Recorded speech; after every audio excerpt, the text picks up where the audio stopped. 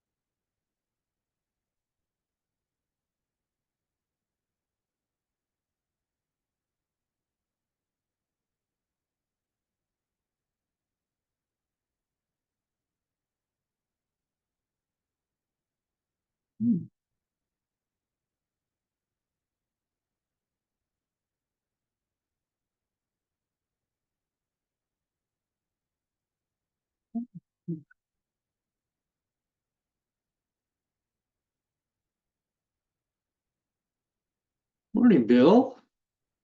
David, hello. Get my volume up here a little bit. Oh, well, that'd be, You're already recording. yes, I am. I have to be sure and do that because, as usual, Adam isn't going to be able to make it. Right. Morning, Bill. Morning. Hi, Bill. Hello, Bill. Good to see smiles on your faces. Yeah. Yeah, Well, we've got nice September, October weather up here. yes, we do. It was chilly last night. It was great. It's August on my calendar. Well, our weather seems to have scrambled a little bit this year. Yeah. It's been crazy, super hot. You guys, we have drought. You guys have soaking rain. Yeah, we do. Terrible. My well is very happy. Yeah. And funny here, we've had intermittent, very brief showers, some of them really hard. So the grass keeps growing, but we're in a drought. Oh, well, that's not good. That must be hard for your farmer family there. Yeah, actually, they're having a terrific year. They're having they on Eric, my son-in-law was saying on dry years they do better because too much rain is worse for growing vegetables than Yeah. not enough. And they do have an irrigation thing coming out of a small river. But Ah, yeah, so they have had a record year for both produce and both production and sales. well, So that's great. yeah. I take back what I said.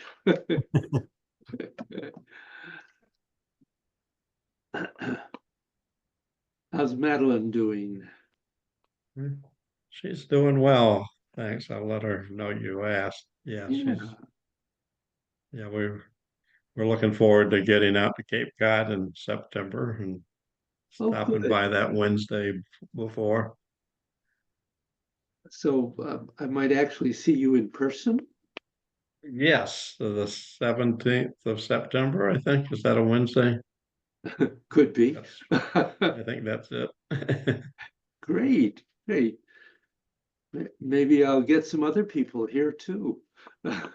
Yeah, that'd be good. We could have a regular party. Yeah, indeed.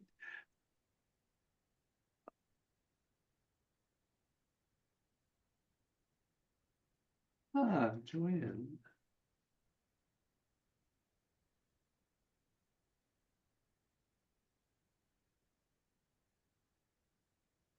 Morning, Joanne. There we go. Yep. You're there. Good morning. Good Good morning. morning. Turn up the volume. Morning.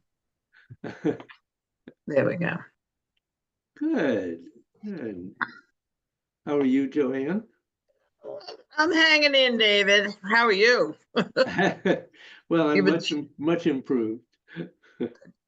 Good. Not there yet. It's going to take me a while to restore strength and flexibility. Yes. But Yep. Nope. Been there, done that. Yep. Yep. Same. Yeah, it does. Because then you can't do it, and then you can't do it. Like, oh, Right. wait a minute. I get a little better each day, so that's cool. And I'm not Yes. in very much pain anymore. So That's the important thing. Yeah, right. Yeah. Then you can Yeah. begin to get back into it. You can't Yeah. before that. Really, the pain is too Oh. much. I remember that. Yeah. no kidding. Yeah, yeah. Was this a sudden event or a sort of gradually getting worse and then it was bad or? Well, no, it was sudden. My cardiologist had asked me to start putting my feet up if I was sitting in the evening. Mm. And so I was sitting on the couch and had my feet up on a hassock in front of me, and I wanted the hassock closer, and I bent forward and pulled the hassock towards me, and bam, I was there. That was it. That was it. And I was in the second worst pain that I have experienced in my 89 years. Ooh. Like immediately. Immediately, and for Wow, 2 weeks, really Wow. let up. And then gradually wow, worked my way out of it. And with the help of my orthopedic surgeon, my acupuncturist, my chiropractor, and now my PT therapist. yeah, Lots Wow. of yeah. It takes a lot of work. Yeah. I remember my son kind of pouring me into the car to get me to the chiropractor. Yeah, I could barely had to be. Um, Yeah. yeah, chiropractor really helped me. Yes, I found that. Helped me a lot. And of course, the shot in my spine didn't hurt.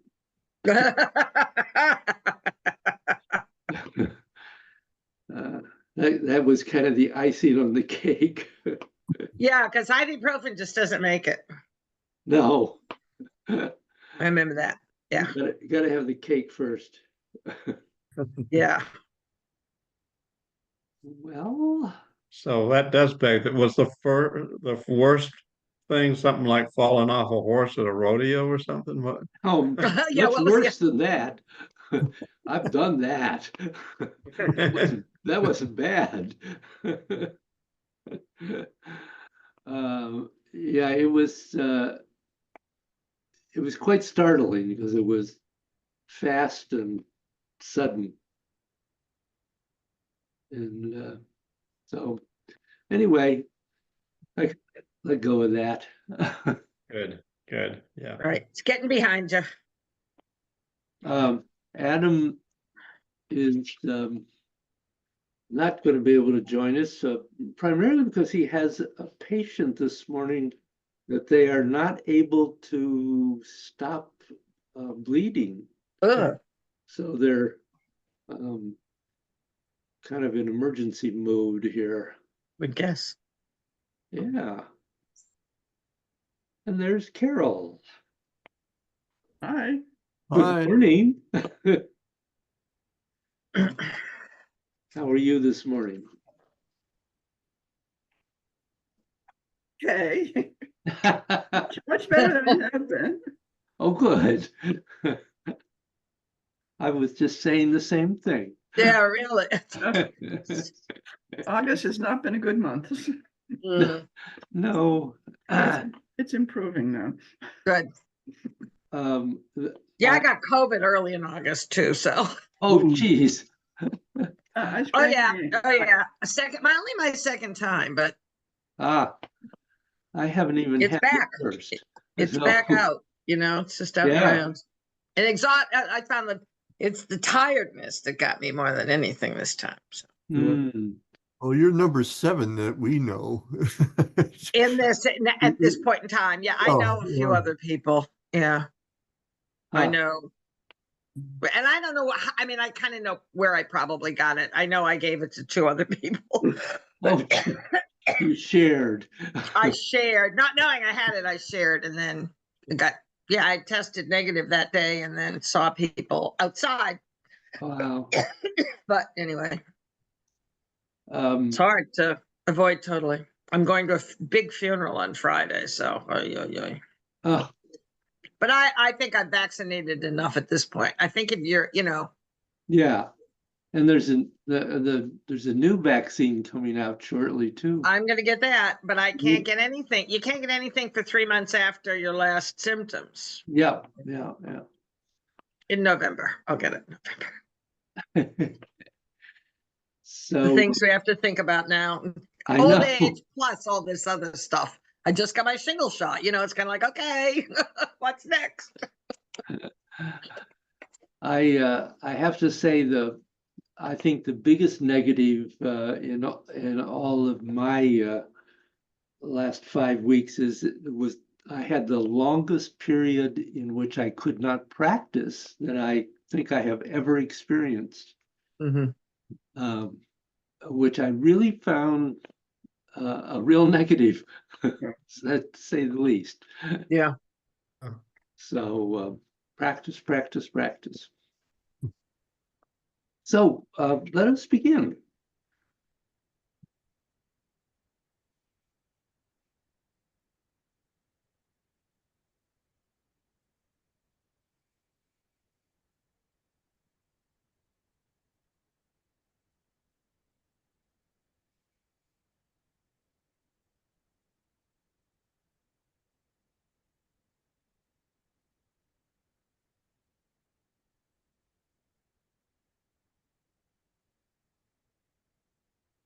I hope that sounded good for you, David, because I didn't hear a thing.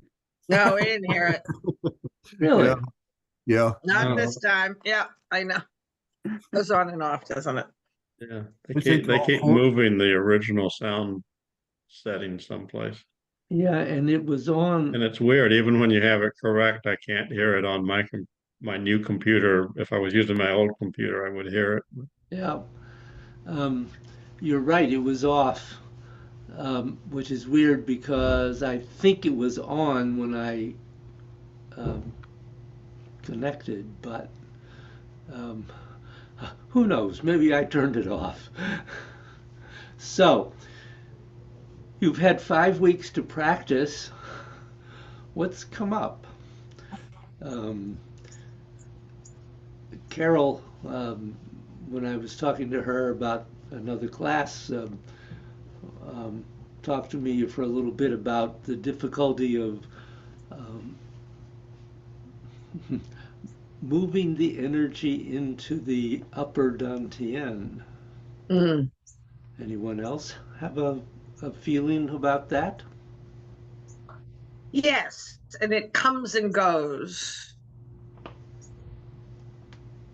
And I feel like I can, and then at times I feel like I can't. So at least I get the feeling of kind of, oh, this should be it. Consistently is not, there yet. And some of that has to do with, for me, it has to do also with what kind of where it goes in and out during God's. Yeah. So I'm trying to put a pinpoint on where my arms are, where other parts of my body are when it goes out. I feel like there's a connection there for me. There is. We actually haven't talked about doing that in God's yet, but that sounds like you are certainly making progress. Mm-hmm. Good. I was trying to do it in God's and couldn't figure out where. Yeah. Which of the postures is the one that would be best? Maybe. Well, And David recommended that I not do it in God's, just do it times. Yeah. I will, if I get to it, I'll talk about that today. And actually, just to answer that question, 5 and 6 are really the easiest ones, believe it or not, Mm-hmm. to connect with that. Bill or Bill? Very spotty. Um, But sometimes? uh, I'm not even sure. I think so, but it's certainly not in the movement of energy that I have in the lower or the middle. Mhm.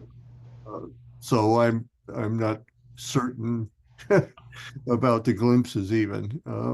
So Well, and the upper Dantian is, well, at least for me, and I think if I remember correctly from other people, um, when we were first working on this, what you're suggesting is not at all unusual.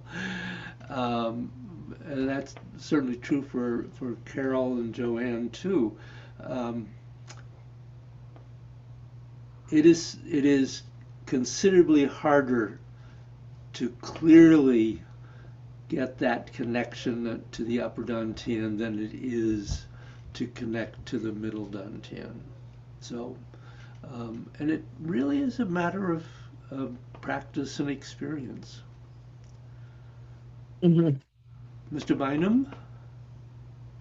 Yeah, I can't say that I have the upper Dantian feeling going on at all, but I have felt more, of all of the many sort of mind prompts you've given us using the 5 points, and if I'm doing it outside and slowly and have the breathing going right, I do feel the energy moving up, sort of like a column through the center. Mm-hmm.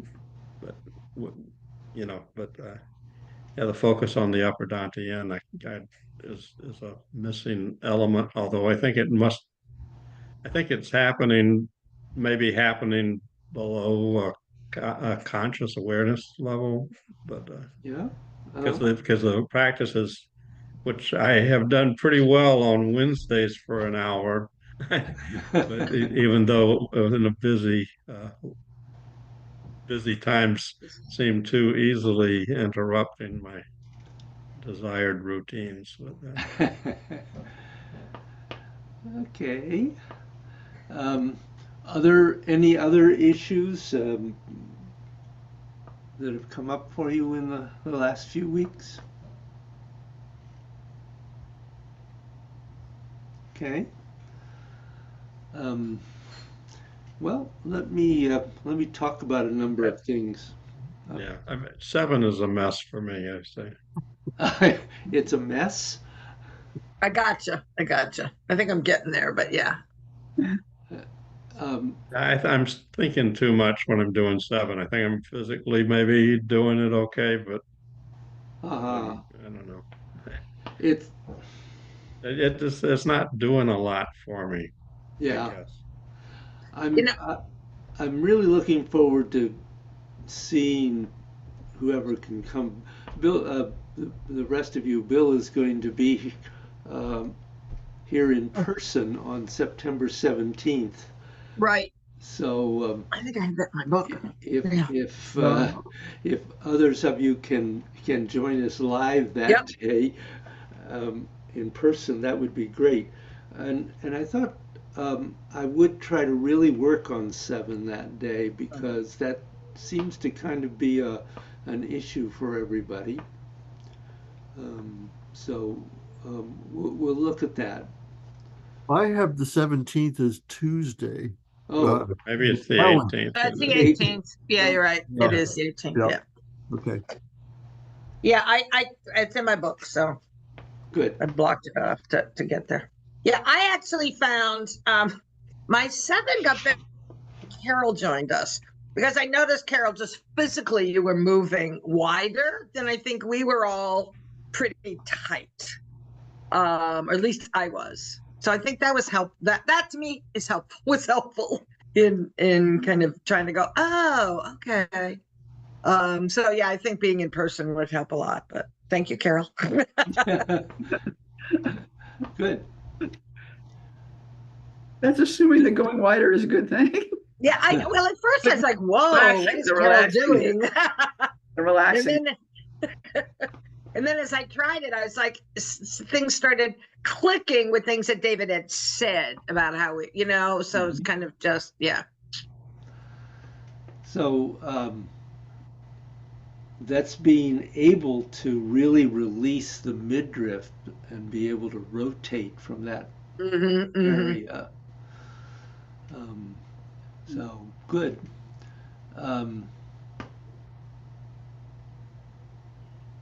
What was I going to say? Is there anything specific about 7 you want to ask about, Bill? I mean, is there?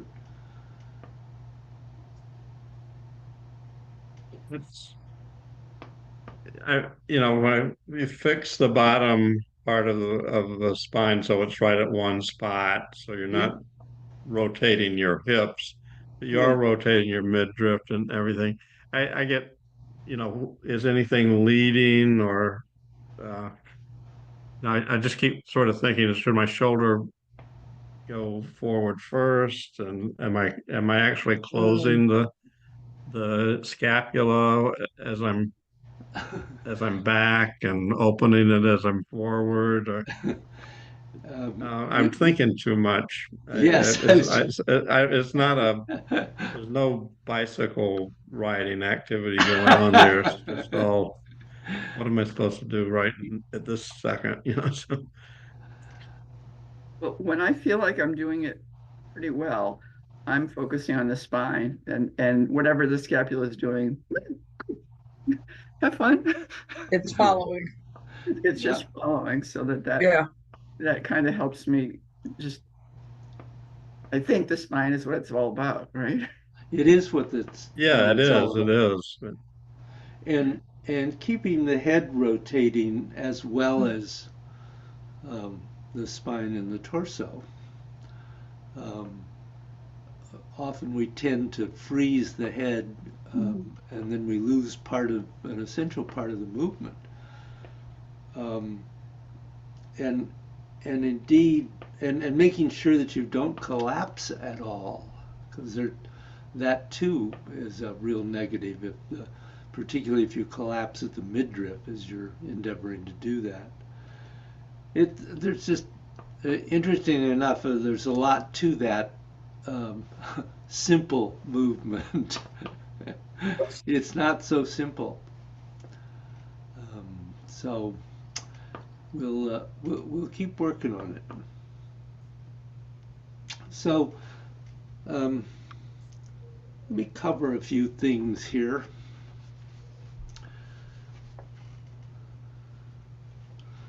Let's look at the nature of travel and the fourth energy body. You have to make a distinction between two things which I think are important. Mental energy is not thoughts. Mental energy can create thoughts, but it's not the same thing as thoughts. So first, it's kind of like a force that moves through you and can go out in time and space. So thoughts are a very specific way mental energy becomes concrete in terms of essentially communications either inside yourself or between you and somebody else. So how far do thoughts travel? Now here's something to think about this. And again, some of this stuff may seem strange to you, but I'm trying to explain to you what Taoist Shengong is, and it's not my responsibility as to whether anything seems strange or not to you. Just as many Western things are very strange to the Chinese. So usually, if you do something physical to somebody else, it doesn't go past that person. You squeeze somebody's arm or you bite them like a dog, it doesn't affect the other people who are around in the room. It affects the person you did it to. But when you start using the energy that runs your body, that can affect other people's bodies.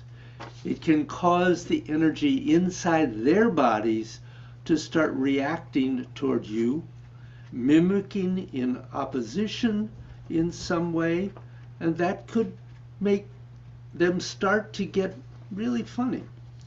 Or you could, if you're sitting next to someone and the energy of their body is very vibrant, it can pass on to you and make your body start feeling more vibrant, which is why a lot of people like to be around people who are extremely healthy and extremely strong in whatever way.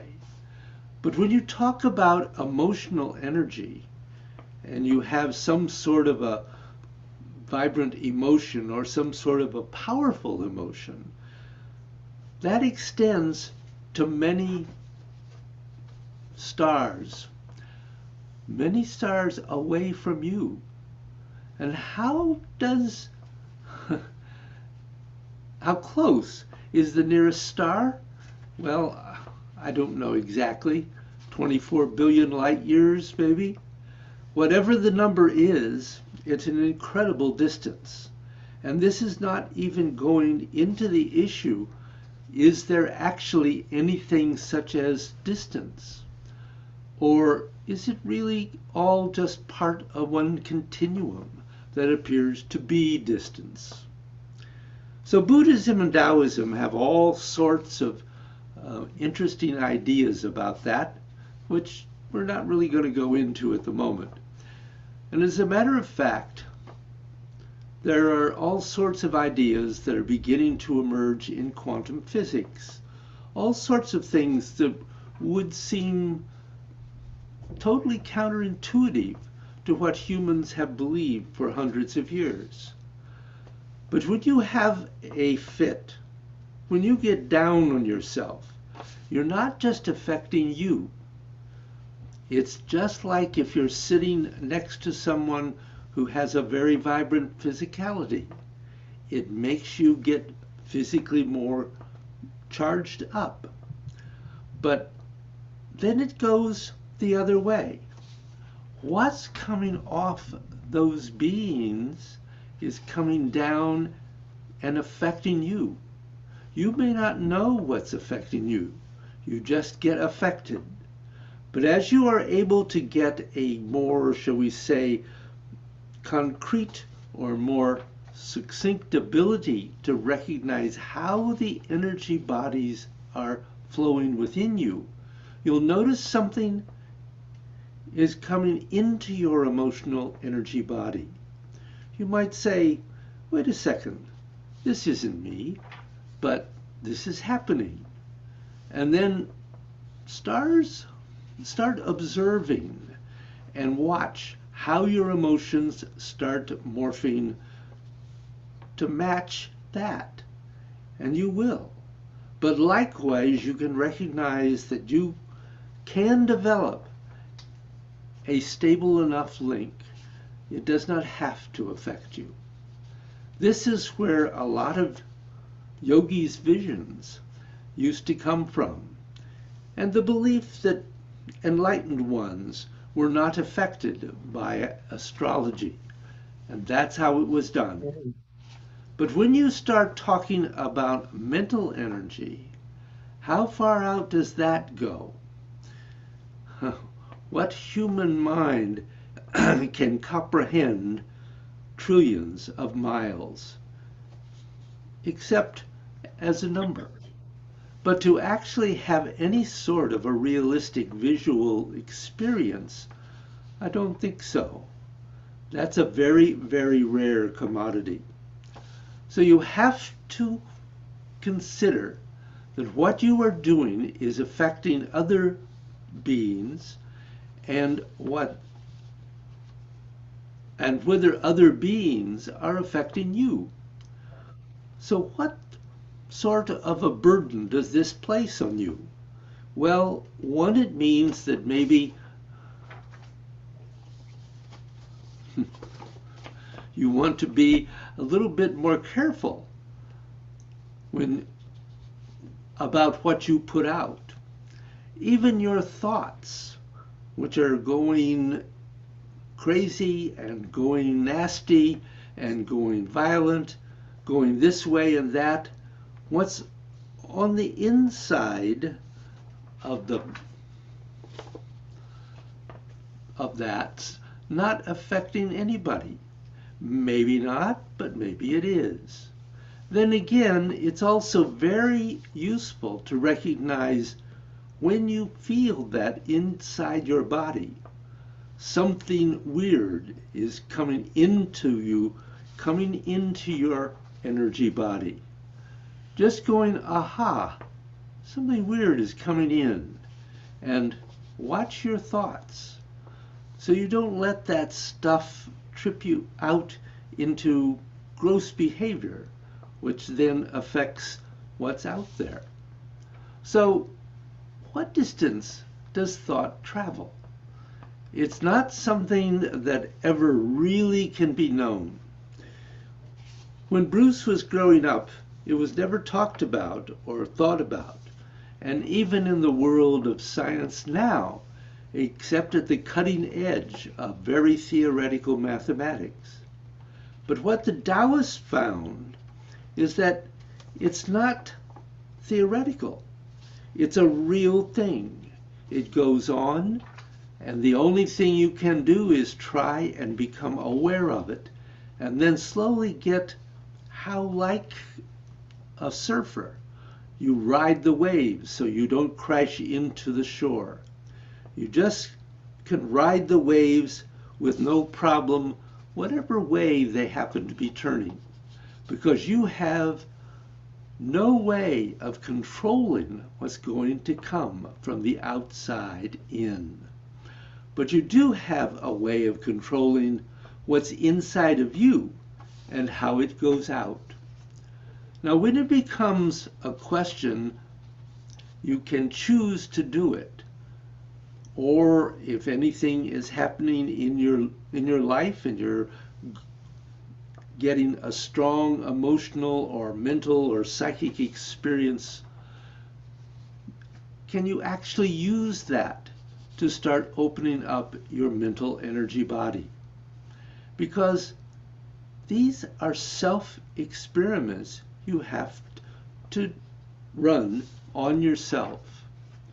Now, Bruce's teacher, Lieh Hongjie, said about both meditation and Shengong, any true practitioner or person who wishes to comprehend where these things are capable of going has to engage in what is called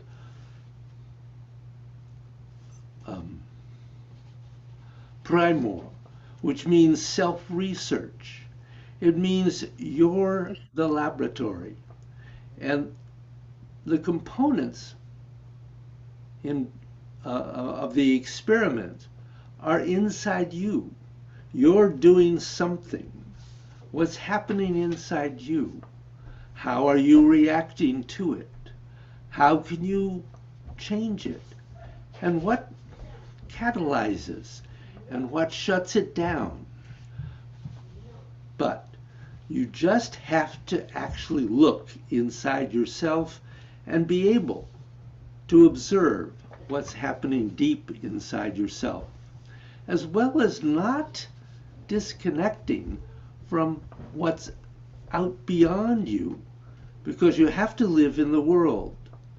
If you want to completely focus just on what's inside yourself, then go up on a mountain and have people bring you food and don't talk to anybody. But if you want to live in the world, then you have to be able to recognize and do research on what is actually shifting inside of you. and recognize how what is shifting inside of you is influencing how you deal with the outer world, or how the outer world is changing somehow. Because when things start happening inside somebody very, very strongly, it will affect the people around them, and events will just start to morph. And when you can recognize that you're actually at the center of that morphing, or are you on the periphery being affected by something? This is all part of the process of awakening to who you are. Because all these things, both influences coming in and the way your influences are going out, have in common that they are influences. And one of the central points of Taoist meditation is being beyond influence. Yours, theirs, anybody's. Now, this business about the breathing into and out of your third eye, I want you just to be aware that this is just beginning to awaken the brain. Usually when you first start doing Shen-Gong, you want to focus on your entire brain at once. And this practice was just something to start giving you a point of stability. It wasn't that you were trying to get a specific part. You were going all the way to the central channel, because that will be a natural stabilization point. But understand, excuse me, all or mostly all of the early practices in Shen-Gong always work with the whole brain. You never work with any one of the specific 40 centers in the brain. We've been working on the upper Dantian, how to recognize the fourth energy body inside your flesh, and how to connect to and how to use it, and how to stabilize the upper part of you, which has the ability to go out, with the lower part of you, which helps to keep you connected to the earth. So that whatever you do, any upper Dantian practice, you are still in your body. You're not spacing out. You're not disassociating, but you're staying inside your body.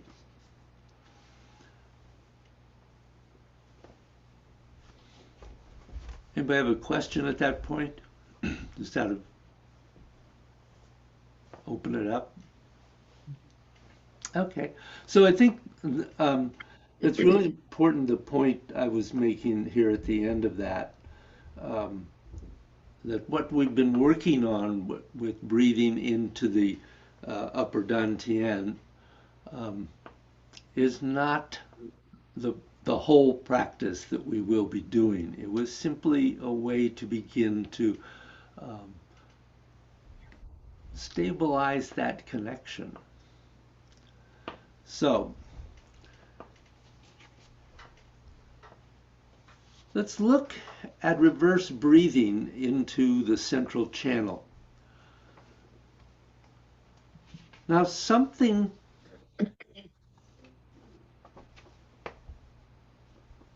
Before we go on, I do Yeah. have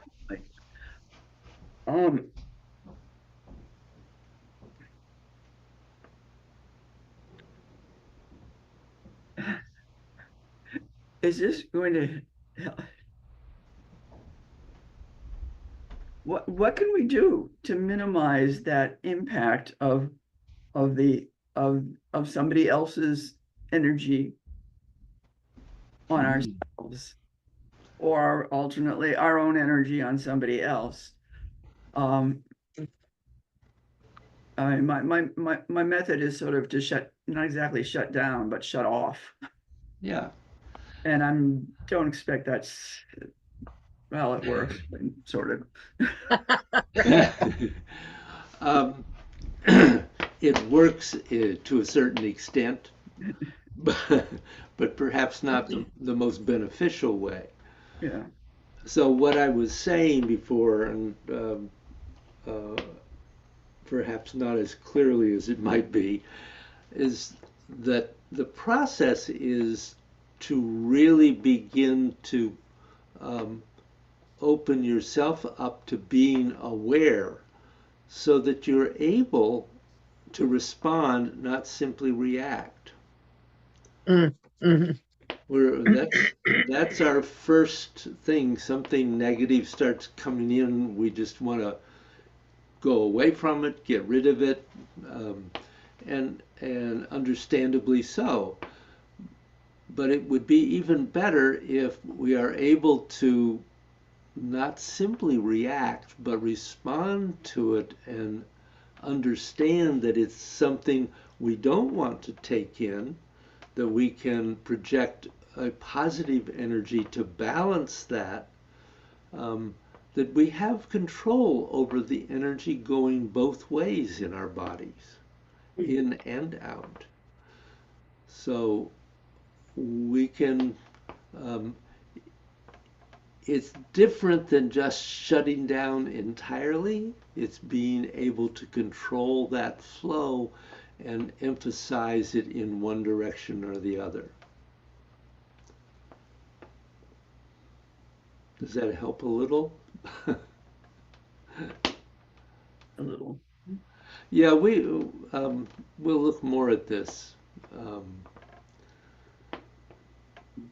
it's a very good question, and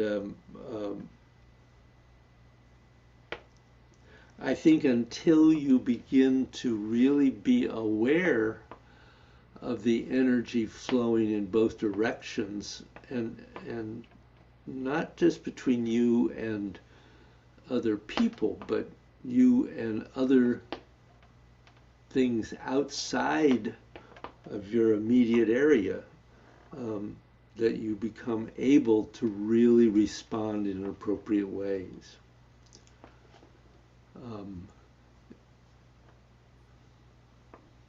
Boom. I don't know what this. Oh, go ahead. I was gonna say, I struggle with this too, and I think that I think of this balance in that kind of using two hands, right? Which is also kind of a way that I understand nonviolence, right? And one hand is taking care of ourselves, right? Mm. And I think that these practices, that's kind of building ourselves, making ourselves stronger. And the other is reaching out to the other person. But sometimes, if it's another person or whatever it is, but sometimes it also needs to be stopped. Yeah. Because if you allow them in, then you will get hurt, right? Yeah. But I Yeah. also find that in trying to do that, and I'm kind of in a few situations where I've been having to work on this, is that if by strengthening myself, I can also understand or be more empathetic as to why they're coming from where they're coming from, Mm-hmm. past traumas, all sorts of other problems that kind of, then I realized, oh, this isn't that personal. This is other issues they have. If I'm not taking care of myself, I think I'm at fault or why, blah, blah, blah, you kind of beat up on yourself, but if you're just doing this, then you're not kind of either connecting or resolving, and not everything can be resolved. We know that, but Nope. so that's just kind of my way of trying to kind of look at that and think about that. I think that's a very good way of approaching it, and being able to understand that negative energy that you don't want to absorb or take in isn't necessarily directed at you, but is coming from another source. I think is an important thing to be aware of and to learn to recognize. Um, what came to my mind at that moment is that that's really part of basically what we are working on in Tai Chi is learning to flow with change and not to simply react to it, to not let anything throw you off balance. Yeah. Um, I don't imagine any of us have quite arrived at that stage, but but I'm certainly a lot better at it than I was 30 years ago. Um, And remember the yin and the yang. yeah, absolutely, absolutely.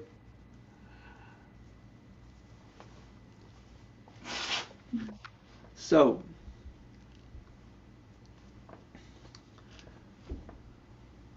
so smoothing out the central channel through reverse breathing and accessing the three channels of the body, left, right, and central channel. The central channel is a very funny thing because although you can visualize it or explain it, it is a very thin line, maybe the size of a hair or whatever it happens to be.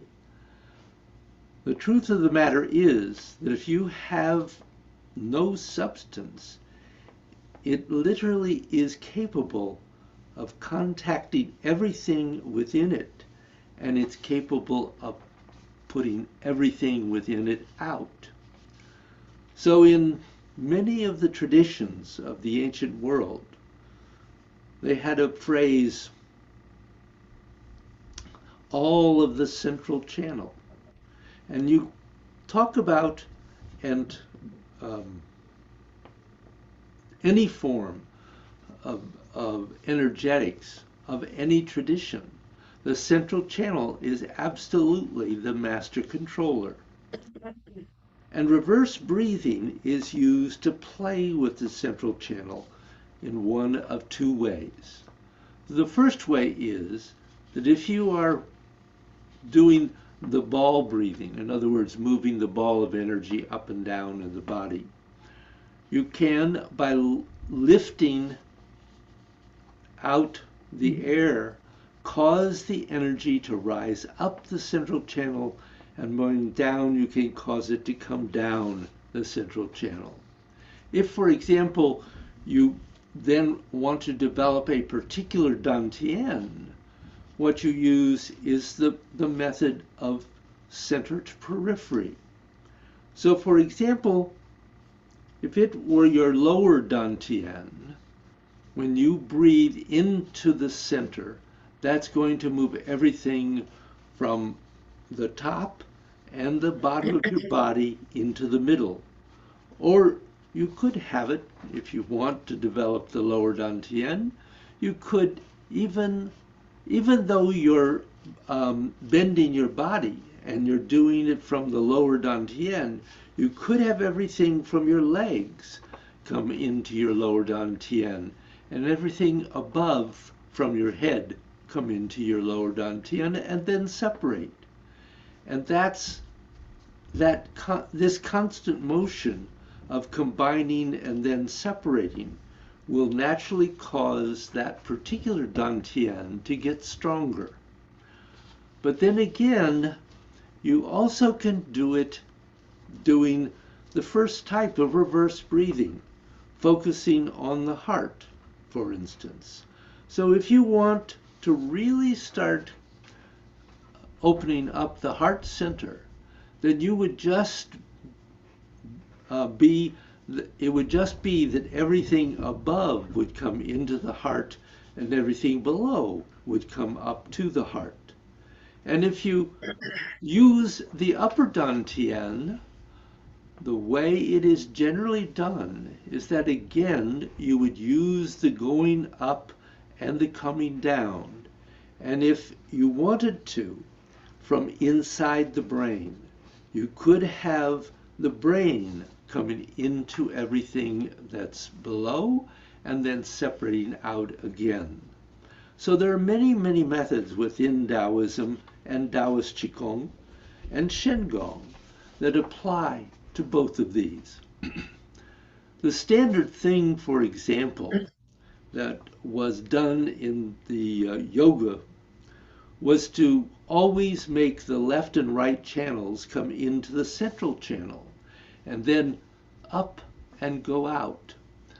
And you do have these methods in Taoism also, but the big thing they're using is the opening and closing as a fundamental technique for opening up each of the dantian or channels, whatever term you would like to use. Now, the reason why reverse breathing is done more than ordinary breathing is because of the way your body is moving. You can control the speed that you're moving energy through that channel. It is with much greater precision that you have if you're just than if you are just doing regular breathing. And that means that as you go in and out of the heart, for instance, you could just go any tiny portion of the way, an inch and back out again, or 5 inches and back out again. You control the movement to minute degrees.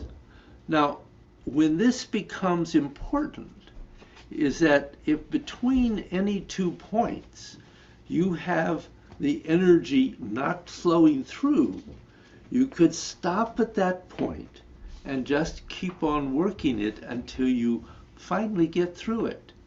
And then it continues on down the line. And that's why these methods are used quite a bit. The danger with reverse breathing is that you are not very aware of your body. So if you're not causing the pressure to pull out a vein, or pull out an artery or dislodge an internal organ, because you can, by using these compressions, you can, if you want, to pull your liver out of its natural place. So you have to make sure that the internal pressure you're causing within your body, your abdominal cavity, is very, very regular. The reverse breathing that's done in yoga is very forceful, whereas everything that's done in Taoism is very smooth and circular. You're not getting a distinct stop at any point. Reverse breathing, as long as you get this idea, is supposed to be constant and supposed to have a pressure inside of it. You don't get the jump of pressure that you experience when you're doing the yogic principles. So it's the continuousness of it that is the big point about this. From the simple physical point of view, the benefit of reverse breathing is that it just makes the compression and release of your internal organs and everything else in your abdominal cavity stronger. Also, it makes the ability to take energy into the brain and out of the brain a little bit stronger than what natural breathing can do, even if you're doing all 6 parts of the breathing. And reverse breathing is more and more beneficial for the spine because of the way it causes the spine vertebra to be constantly moving. Now, one of the things that will help as we start is if you have this idea as we take movements 5 and 6, you're making your energy go up and separate to your left and your right, and then you're making it go down and separate to your left and right. So let's just discuss a little bit about the central channel and leave the left and right channels out of it for the time being, because that will just not take so long to work on. Now, if you're going to move everything in the central channel, the first thing is trying to understand this one simple principle. When your left and your right channels come in, what they're ultimately trying to do is cause a pressure either at the bottom of your perineum or at your lower dantian to get your energy to flow into your lower dantian. And what you need to be able to do is to capture it in your lower dantian. So, for instance, when you're doing movement 5, you're bringing your energy up your legs to your lower dantian. But at the very end, there has to be something. You just make a slight bump and you curve your hands to lock it into your lower dantian. So it's almost like you have a pearl, something. And that's how we want to start.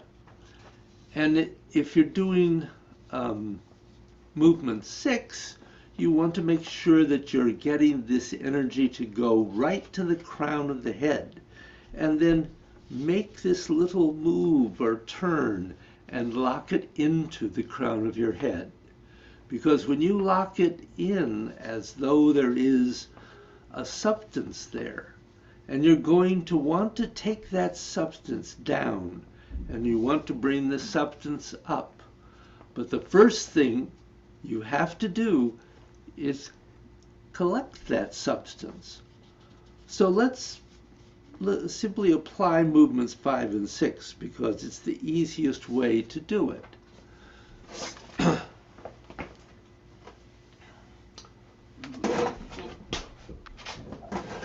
So when you're doing movement 5, and you've gone up and out, as you come in at the bottom, you need to have that little movement that locks the energy into the lower dantian and then brings it up the central channel. So there has to be a very clear awareness that you have brought the energy in to the lower dantian and then up and out. When we're going the other way, that happens at the top. You have to get the energy up and then lock it into your crown of the head and bring it down through the central channel. So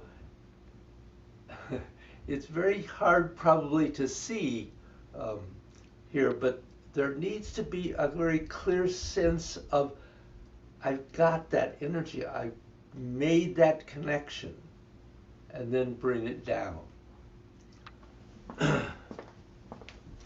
So, as I mentioned a little bit earlier, 5 and 6 are probably the easier places to begin to work on. David, could you do the 5 again? Sure.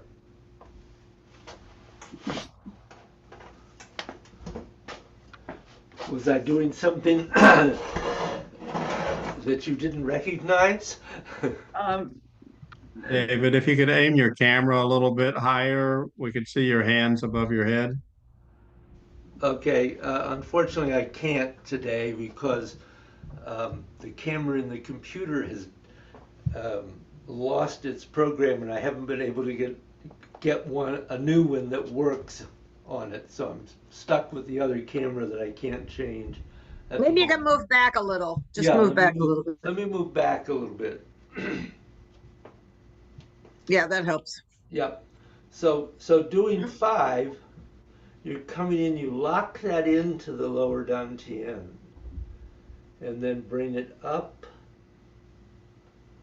and then out, down the left and right, bring it back in, lock it into the lower dantian, bring it up, out. Okay, thank you. It's Do you have better. another question there, Carol? No, Okay. Going the other direction, you're going up. You want to bring the energy up to the crown of the head and then lock it in there. Make sure you don't lift your elbows. Drop the elbows and then come down the central channel and out. Up. Other questions there about that? No, I think the word lock it in may be a little confusing in my mind.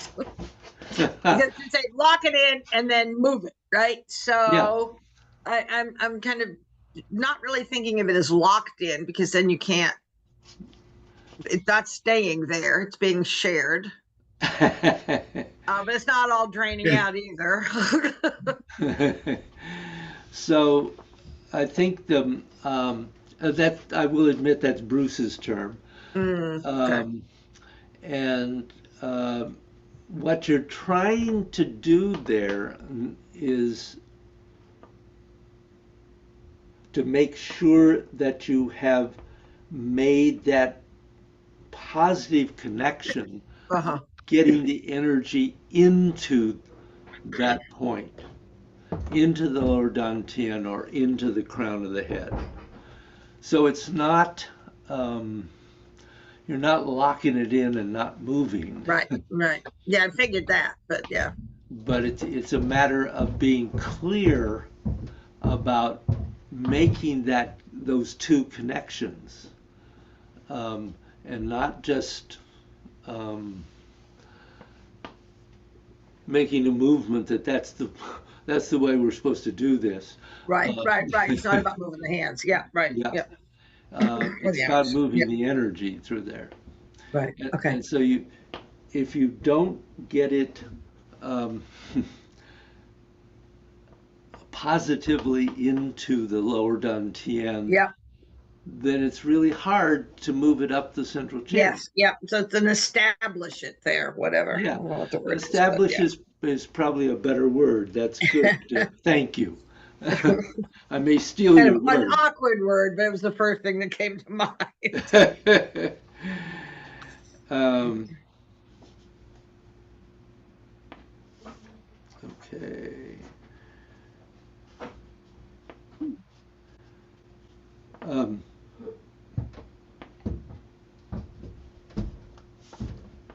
okay. So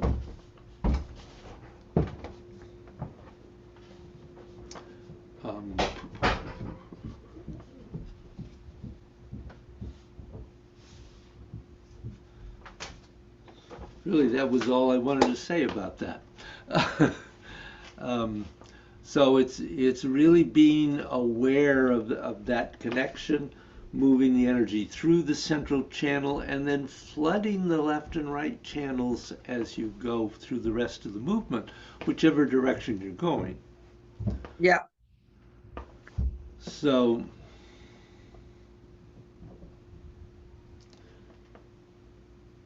we've unfortunately run out of time. So play with this idea. I mean, do some practice of 5 and 6, and see if you can get that clear sense of establishing in the lower dantian and the crown of the head. Questions about that? Yeah, as you described this, I'm thinking my reverse breathing is keeping my energy in the middle and lower dantian more than moving it up, Ah, because physically I sort of have a wave going through my abdomen. When I inhale, it starts at the top and then goes down to the bottom, and as I exhale, it's sort of circular. And so it's all in my core, from just up in the rib cage a little bit down to the lower dantian. Were you just Just describing focus it. movement 6 or movement 5?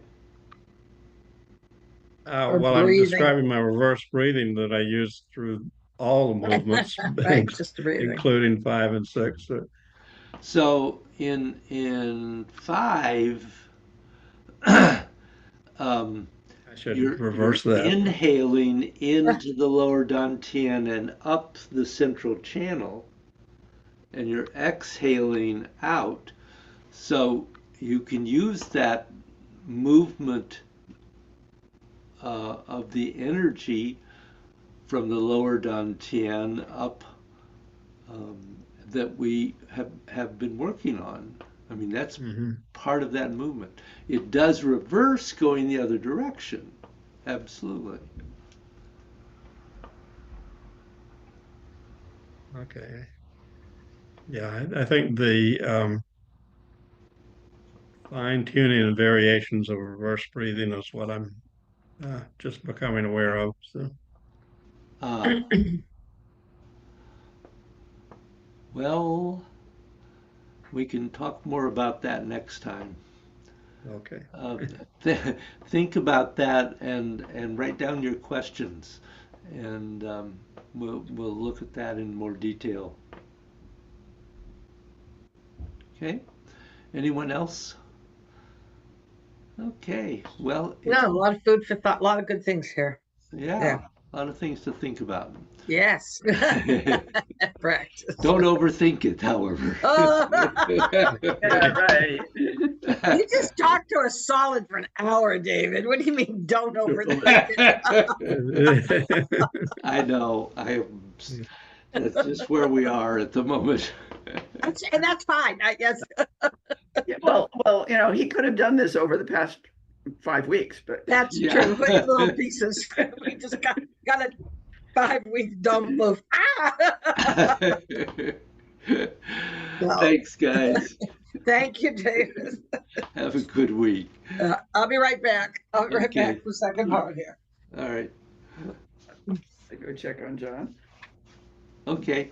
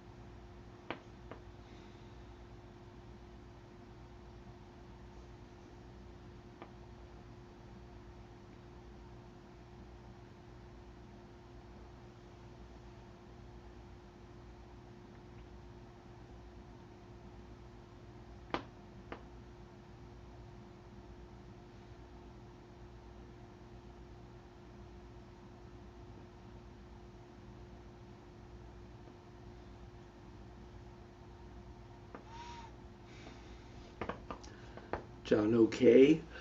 Yeah, he's up taking his pills and he has a doctor's appointment. We have to leave about noon. So I need to make sure he's moving. I'm familiar with that. All right.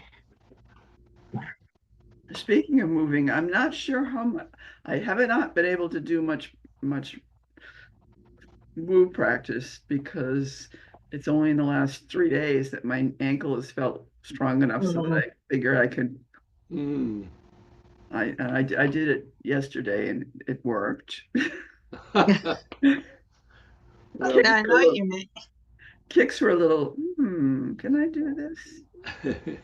well, Gingerly. we won't overdo here. Well, There's certain aspects of it. Yeah, I've had that same struggle a good part of this year. Yeah, I found it's interesting that as I was trying to deal with the exhaustion of COVID, that God's was something that could raise my energy level, but that trying to do the flow just wasn't working. And yeah, maybe part of that is that most days I was trying to do both, and I would do God's first. But even the few times I tried to just do the flow, it was more. I think part of that was off. I just also felt off balance a bit, in a number of ways. So it's harder where it kind of feels more strengthening, I think, to do God's in that way. And then I was out of. I had no Wi-Fi when I was on vacation and had the most amount of time to practice. And I really wanted to go back over. I'm still struggling with a few of the postures in the middle of paragraph 2. And I don't need Dave. I don't need you to go back over them. You've done that. I've got that. I've got that in recordings, but I had no access to the recordings where I was because I couldn't get online. It's always that kind of balancing time, energy. Kind of, how do I move forward and not just keep doing the same things I have been doing? Yeah. Well, I completely understand. Certainly, I have gotten back to where I can flow through the first and second paragraphs without stopping, but I haven't gotten the third yet into it. So I have to do it separately, but yeah, I understand that. We just have to work back to where we were. So right, we're all kind of, but it sounds like we're all in the process of doing it for different reasons. I think so, but it's coming. It's coming, and I'm not quite sure sometimes. The pace, I guess I want to say, because sometimes I feel like, well, I'll go slower, but then slower demands more balance. And so, yeah, but on the other hand, kind of just trying to get through it doesn't feel right either. Well, and that's really the individual thing that everybody has to work out what works for you. I mean, what's slow for a master yeah, no, I'm not that slow. is impossible for Carol's like, no. the rest of us. So what's slow for you is what's appropriate for your body. So you mustn't, don't judge yourself about that. Oh, I'm good at that. Come on, David. Yeah, I have a feeling. And very practiced but in it, that. but it is good to slow it down to what's appropriate for you, what you can do at the moment, because we do have a tendency often to try to rush through.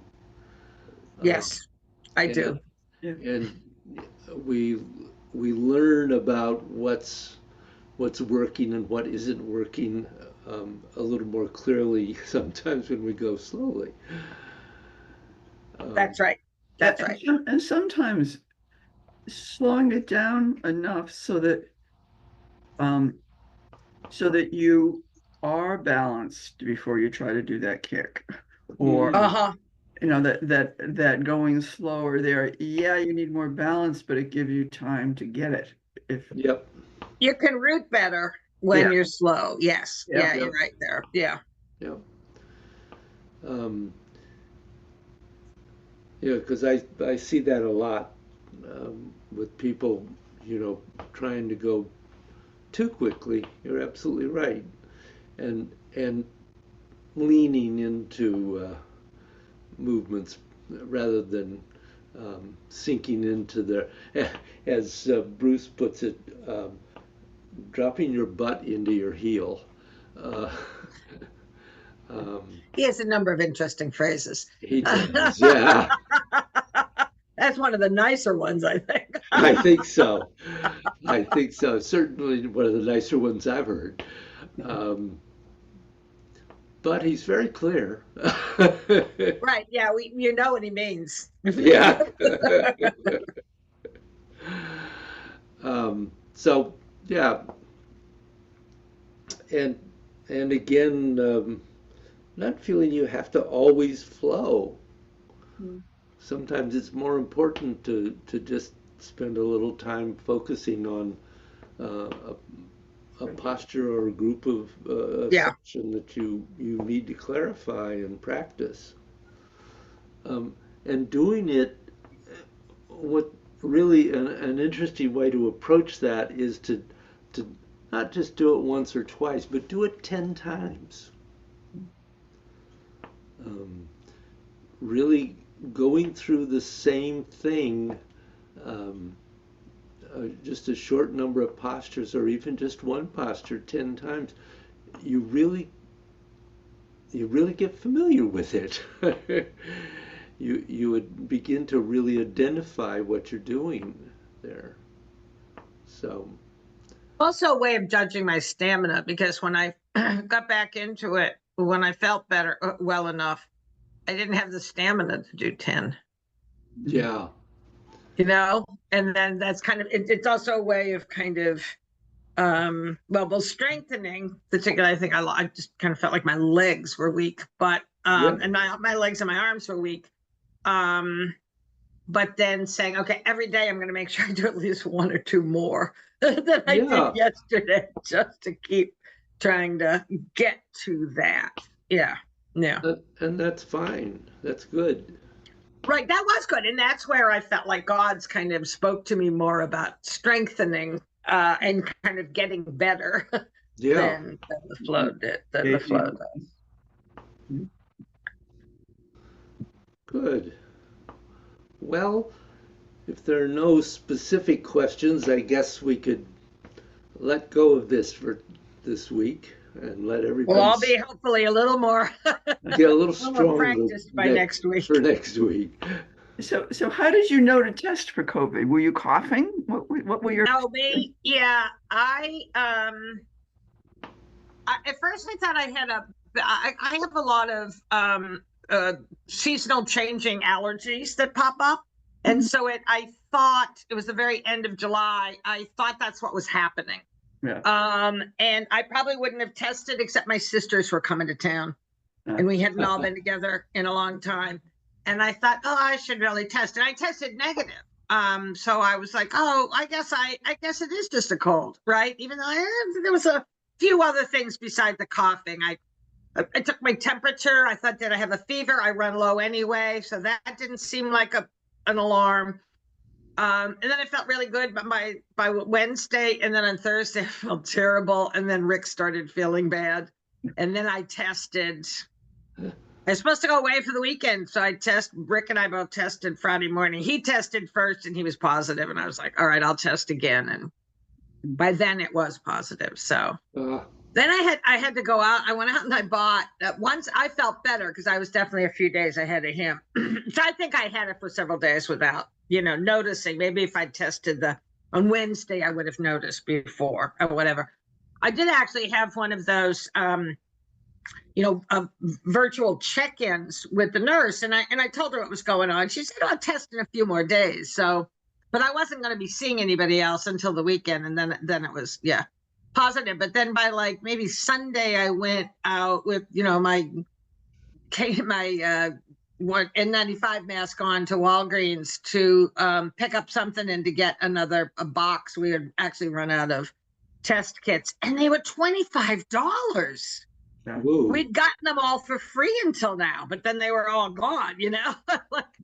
And yeah, I'm on Medicaid and Medicare. No, insurance doesn't cover it anymore. So I think that probably it's much higher, but people are not running out buying $25 kits to get 2 tests.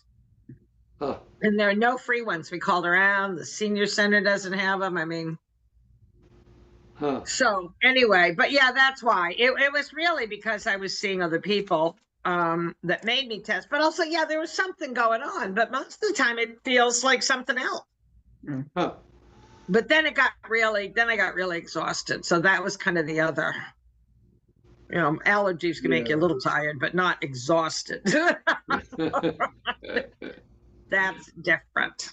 Yeah, And then yes. the cough, at first, it's a respiratory virus, and neither time I've had it did it go too much into the lungs.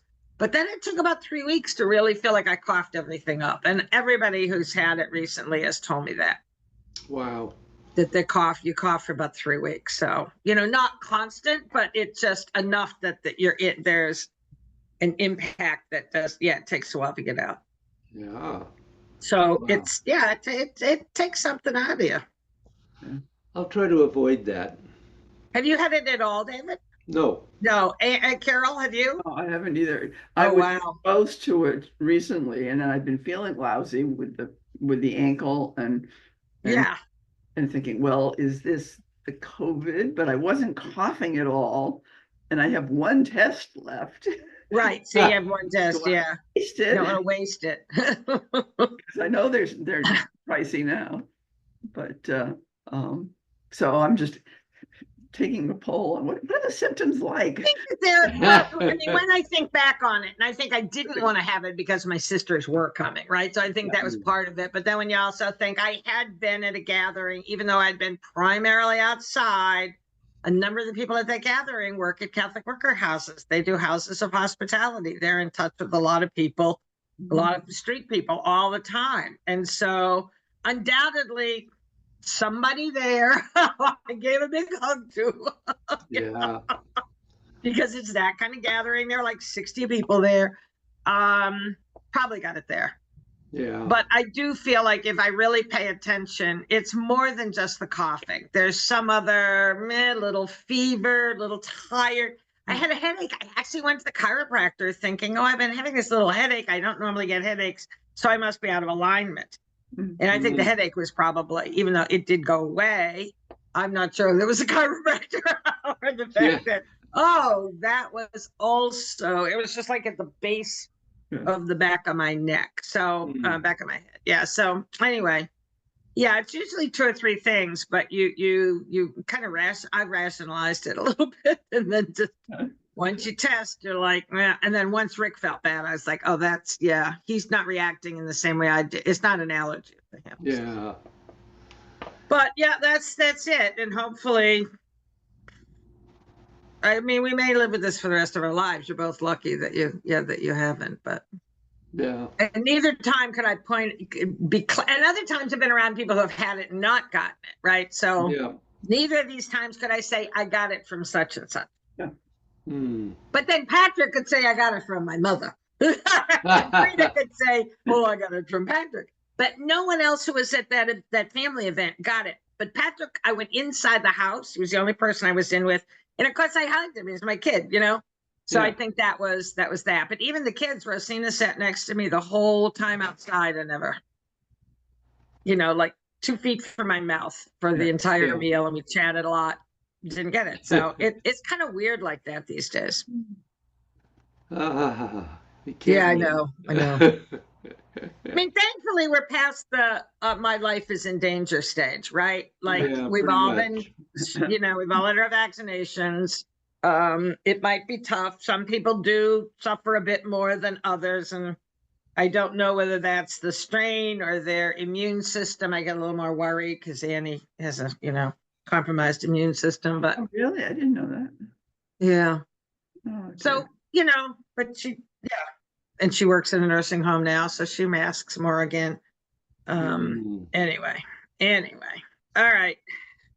Well, take care. Continue healing. Well,